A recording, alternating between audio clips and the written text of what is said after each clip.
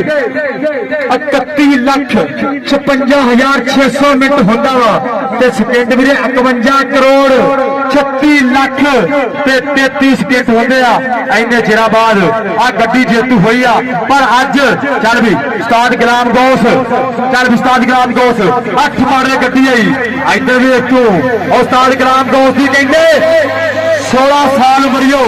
ਇੱਧਰ ਚੱਲ ਵੀ ਗੁਲਾਮ ਗੌਸ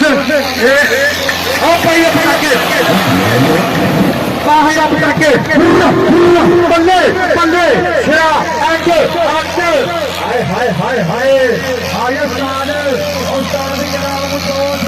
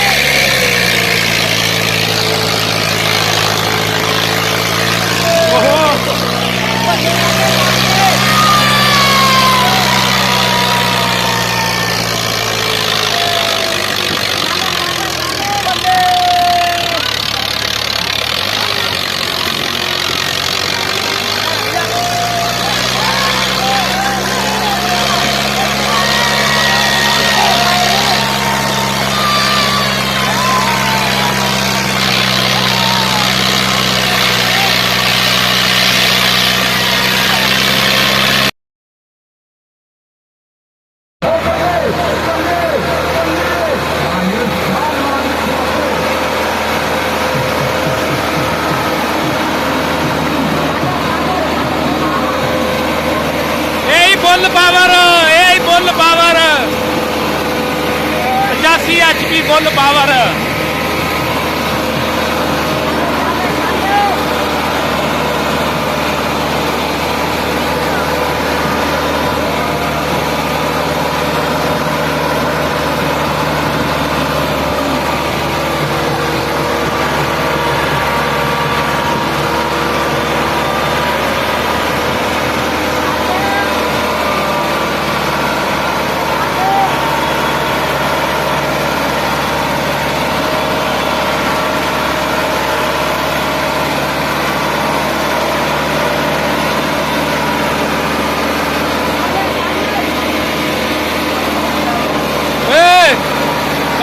अपनी मर्जी ना डर रहन दे, इंज फिर बंदा प्रैशर हो जाता, समझ नहीं आती।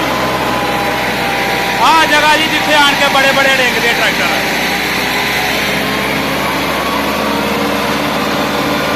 खिच साणिया खिच।